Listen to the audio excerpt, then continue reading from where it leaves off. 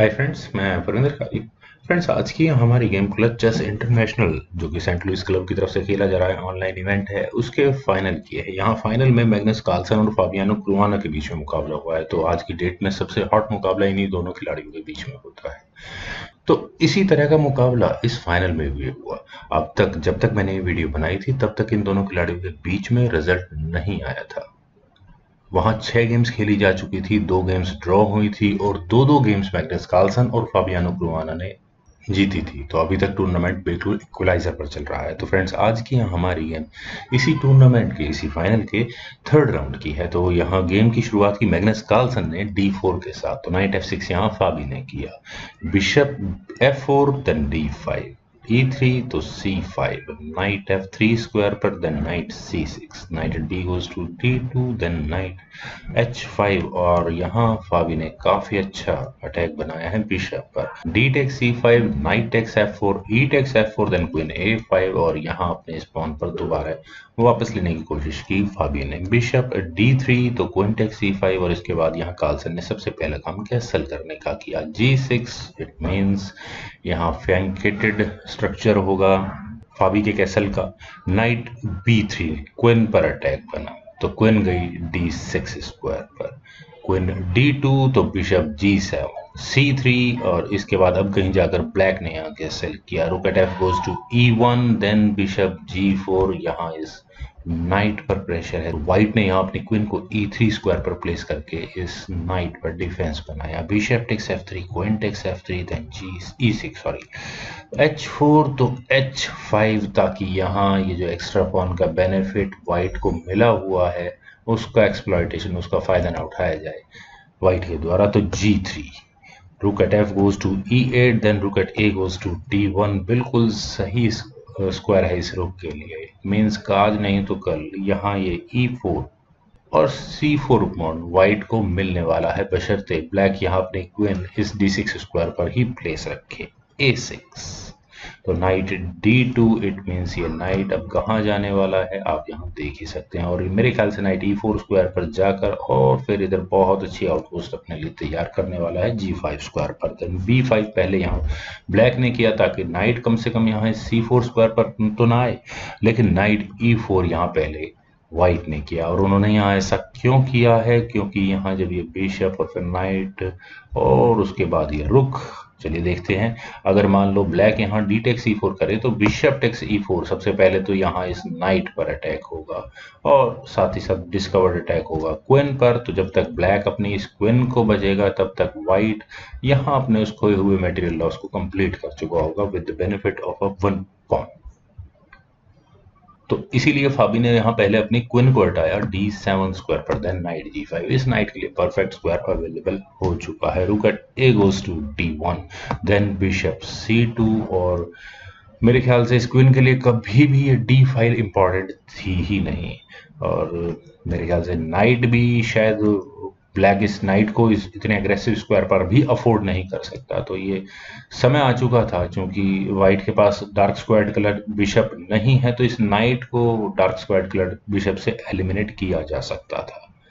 लेकिन यहाँ ब्लैक ने पहले किया B4 और B4 करने के बाद बिशप A4 करने का यहाँ मौका कार्लसन को मिला। बहुत वीक मूव मुझे यहाँ लगा, क्योंकि यहाँ पहले नाइट क्वीन रुक काफी कुछ हटाना पड़ेगा। कम से कम 2 मूव के लिए तो ब्लैक फिक्स हो चुका है, या तो अपना रुक हटाए क्वीन हटाए, तब कहीं जाकर वो सिचुएशन मैनेज हो जाएगी। और तब तक यहाँ व्हाइट बहुत कुछ अचीव कर चुका होगा। बी टेक्स A3 यहाँ पहले फाबी ने किया, तो बी टेक्स C3 सॉरी B takes C3 B takes C3। और अभी भी मेरे ख्याल से सही समय था कि ब्लैक अपने इस रुक को हटा लेता, पहले रुक हटाना चाहिए था आइदर E7 और F8 स्क्वायर पर। यहाँ मैं ऐसा क्यों कह रहा हूँ, क्योंकि जब फाबी ने अपनी क्वीन को C8 स्क्वायर पर प्लेस किया तो कार्लसन को एक बहुत ही गजब का मूव खेलने का मौका मिला। वो मूव क्या है फ्रेंड्स, वो मूव है इस F पॉन को आगे पुश करने का, F5। यहाँ कार्लसन ने किया और F5 यहाँ उन्होंने क्यों किया है, क्योंकि अब ब्लैक के पास 2 ऑप्शंस है।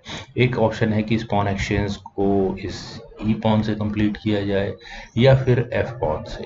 खैर जो भी होगा, अगर व्हाइट को ये F5 सेमी ओपन मिल गई तो आप यहाँ देख सकते हैं F7 पॉन बहुत वीक हो चुका होगा।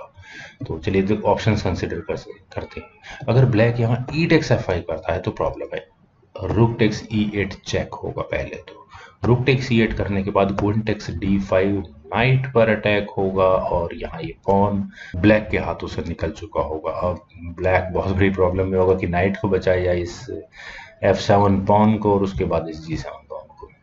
तो फाबी के लिए फोर्स मूव हो चुका है G टेक्स F5 का, लेकिन G टेक्स F5 करने के बाद आप देख सकते हैं कि व्हाइट के क्वीन इस H फाइल में ओपन एंटर कर जाएगी। यहाँ आपको चेकमेट का क्या होने वाला है आप देख सकते हैं कैसे किस तरह से गेम आगे बढ़ेगी। लेकिन अभी फिलहाल अगर क्वीन टेक्स H5 कर दिया जाए तो इतना स्ट्रांग नहीं होगा। कार्लसन की कैलकुलेशन, बहुत कुछ सीखने को मिलता है कार्लसन की कैलकुलेशन से।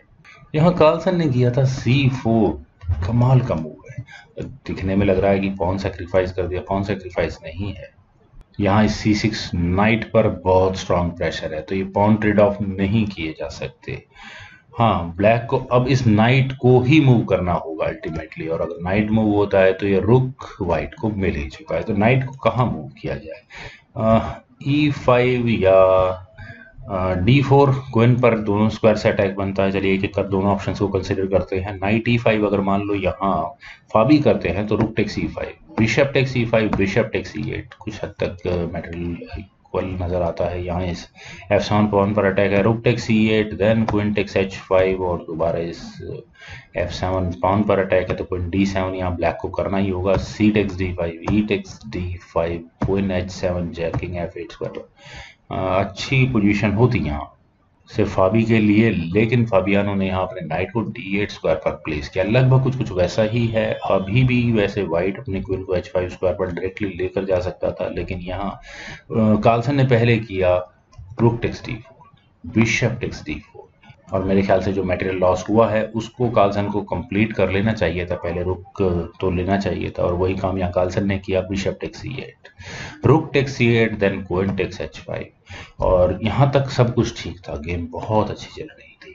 आप देख सकते हैं कि चेकमेट की थ्रेट है अगले मूव में, तो कम से कम फाबी को 7th रैंक में इधर अपनी क्वीन या रुक दोनों में से किसी एक स्क्वायर को, एक पीस को लाना ही होगा। तो मेरी नज़र में रुक E7 भी अच्छा मूव था। C टेक्स D5 होता, क्वीन C3 स्क्वायर पर आ जाता, रुक पर अटैक होता, या फिर क्वीन D7 स्क्वायर पर आ सकती थी। क्वीन D7 स्क्वायर पर आती तो ज़्यादा बेटर था। C टेक्स D5 होता, E टेक्स D5 हो जाता, rook takes C8 check, queen takes C8, queen H7 check, king F8 square पर क्वीन टेक्स F5। खैर पॉन तो बहुत ज़्यादा, एक पॉन की लीड यहाँ वाइट को मिलती और ये स्कैटर्ड पॉन स्ट्रक्चर, तो बहुत बुरा हाल होता है यहाँ पर। आप देख सकते हैं फाबियानो का इवन ये D5 पॉन तो जाने ही वाला है उसके हाथ से। पर फाबियानो ने इस गेम का बहुत बड़ा ब्लंडर किया। ब्लंडर क्यों किया? उन्होंने अपनी क्वीन को जब C7 स्क्वायर पर प्लेस किया तो अपने यहाँ इस E8 रुक को अनडिफेंडेड छोड़ दिया है, जिसका पूरा फायदा यहाँ कार्लसन को मिला। C टेक्स D5 आप देख सकते हैं, ये E6 पॉन पिन है, एक पॉन फ्री में गया। रुक गया E7 स्क्वायर पर। अपनी गलती का एहसास यहाँ इस पॉइंट पर फाबियानो को हुआ होगा, और D टेक्स E6 करने के बाद मेरे ख्याल से तो F टेक्स E6 बनता था, लेकिन क्वीन E6 चेक हो जाता तो किंग H8 स्क्वायर पर, देन नाइट टेक्स E6। चलिए नाइट टेक्स E6 तो पहले भी हो रहा था।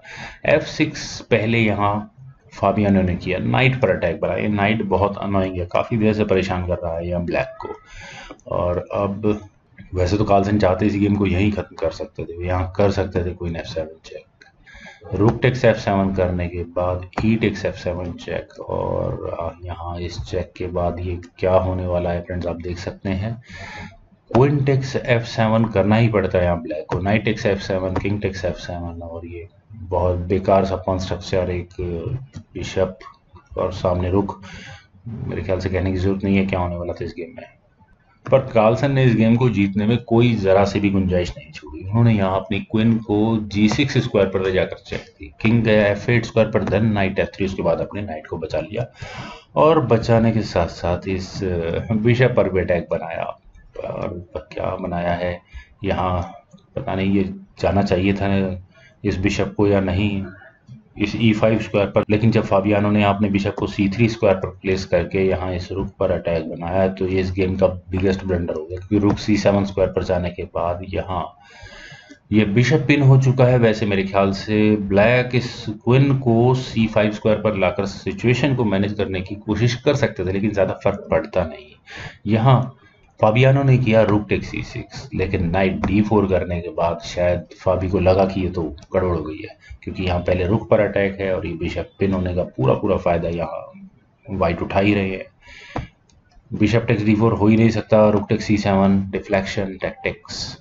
तो ब्लैक ने यहाँ अपने रुक को B6 स्क्वायर पर प्लेस किया। क्वीन H5 चेक, और इस H5 के चेक देने के बाद ये क्वीन कहाँ आ सकती है इस बिशप पर अटैक बनाने के लिए। किंग G8 स्क्वायर पर देन क्वीन E3। और फ्रेंड्स इस मूव के बाद फाबियानो क्रुआना ने रिजाइन कर दिया, क्योंकि यहाँ से अब ये गेम कहाँ आगे बढ़ा दी जा सकती है। आप किसी भी तरह से कम इस बिशप का डिफेंस नहीं कर सकते। किस तरह से किया जाएगा ना, ये रुक किसी ढंग के स्क्वायर पर आ रहा है, यहाँ पर ऑलरेडी नाइट रखा हुआ है।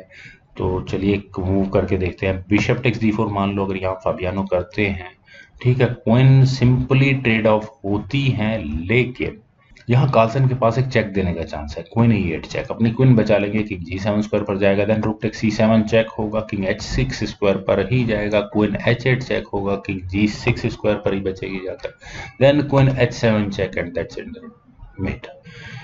गेम में कुछ नहीं बचेगा। तो इस पॉइंट से इस गेम को आगे बढ़ाने का कोई मतलब बनता भी नहीं था। फ्रेंड्स, इन दोनों के खिलाड़ियों के बीच में काफ़ी गजब की गेम्स हुई हैं, और भी गेम्स काफ़ी अच्छी हैं। तो उम्मीद है कि ये गेम आपको पसंद आई होगी। तो आप लोग इस वीडियो को लाइक करें, शेयर करें, और मेरे इस यूट्यूब चैनल चेस गुरु को सब्सक्राइब जरूर करें। आपके कमेंट्स को मुझे बेहद इंतजार रहेगा। Thank you for watching.